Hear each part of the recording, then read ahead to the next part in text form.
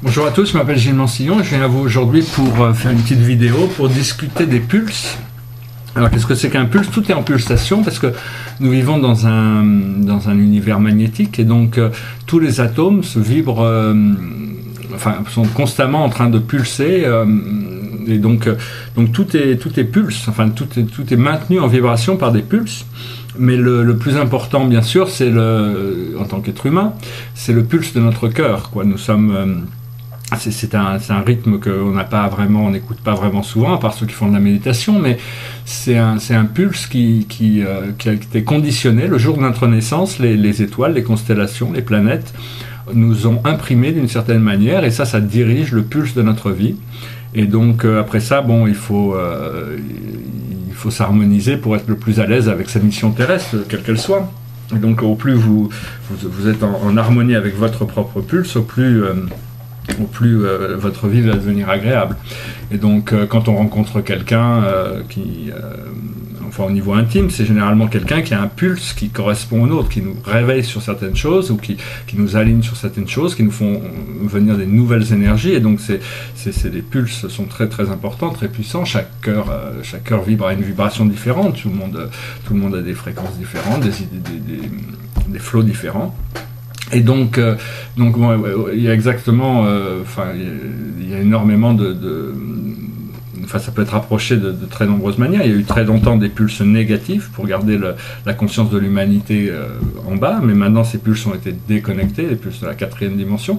Par contre, un pulse très important, c'est le pulse de la Terre, c'est-à-dire chaque planète a aussi un pulse, c'est-à-dire un cœur qui bat, et donc quand nous harmonisons notre pulse à celui de la nature, c'est-à-dire qu'on rentre beaucoup plus en communication avec la planète, et à partir de là, on peut commencer à sentir les pulses des autres planètes, car chaque planète a sa propre fréquence dimensionnelle, son propre pulse, et le Soleil a également son pulse. Et donc toutes ces énergies sont coordonnées dans un sens, et la musique des sphères a été découverte, c'est-à-dire que la communication entre les planètes, même la NASA a déjà commencé à enregistrer certaines de ces communications, ils n'arrivent pas à comprendre, mais il y a des sons qui sortent de chaque planète et qui sont reçus par les autres, et donc c'est un langage de lumière qu'un jour on découvrira. Et donc bon, une fois qu'on a aligné son pulse sur le pulse solaire, il faut aligner son pulse sur le pulse galactique, après ça la famille galactique, et puis vers le grand attracteur qui, en fin de compte, pour que toutes les énergies soient en alignement les unes avec les autres. Et bien sûr, bon, au bout du compte, le but c'est d'aligner sa volonté, son propre alignement, son propre flow, son propre pulse, avec le pulse du créateur premier, qui est l'essence de la présence je suis, qui est déjà qui pulse déjà en harmonisation avec tous les autres pulses, qui maintient tous les autres pulses en fréquence. Et donc ce pulse devient de plus en plus puissant dans tous les univers, parce que le créateur c'est le moment pour les âmes de se réveiller, pour revenir à la source. Et donc ce pulse est aussi, c'est pas seulement un pulse, c'est aussi des codes dans notre ADN qui sont en train de s'ouvrir. Et donc en parlant de pulse, il y a un pulse très important, c'est le pulse de l'observateur silencieux. Le pulse du phénix, je voulais en parler aujourd'hui parce que c'est un pulse quand même très important. Le phénix est un vaisseau intergalactique, interdimensionnel, qui est le plus grand vaisseau de communication de notre univers. C'est un vaisseau qui vient d'Alpha du Centaure, et qui maintient la 172e dimension, qui enregistre tout ce qui se passe dans toutes les dimensions, et qui renvoie un pulse depuis la 172e dimension, qui est transféré à l'intérieur de tous les ADN, et qui pousse tous les ADN, comme toutes les graines, à grandir, qui encourage, qui assiste dans leur développement. Alors sinon, bon, Seigneur Métatron en avait parlé un petit peu du phénix. C'est un véhicule, c'est un vaisseau qui fait 8000 km de diamètre, et il y a 2 millions de techniciens qui vivent permanence, qui sont toujours en train d'enregistrer, de prendre des informations, de les donner à l'ordinateur intelligent du phénix, qui retransmet son pulse après, qui prend en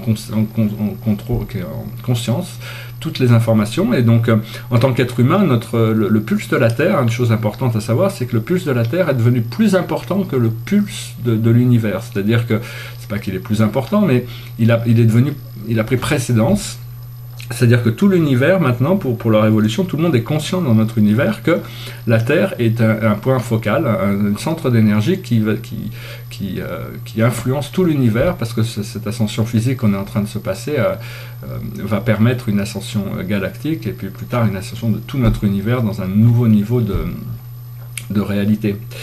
Et donc le pulse du phénix, le Seigneur Métatron avait expliqué que le pulse du phénix était 4 fois 20 pulses, et que maintenant il avait changé de 9 cycles de 9 pulses. Donc pour montrer que on est vraiment passé dans une autre étape, une étape finale, parce que 9 fois 9 c'est vraiment la fin de la fin, quoi. Donc une fois que la Terre aura fait son ascension, il est très probable que le pulse du phénix change encore une fois. Bon, c'est pas des pulses que je peux encore entendre, je suis pas assez...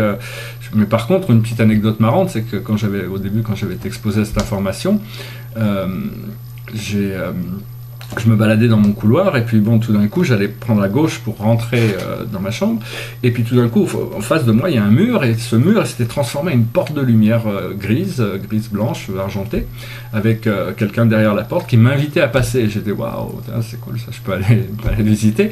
Mais j'ai tourné quand même dans ma chambre. J'ai un peu ce problème, moi, on me présente des portes stellaires, je vois des portails, et puis je passe pas toujours. Enfin bon, de toute manière, ces portes existent toujours, donc c'est juste une question de synchroniser quand le moment viendra. L'opportunité se présente pour avoir une expérience.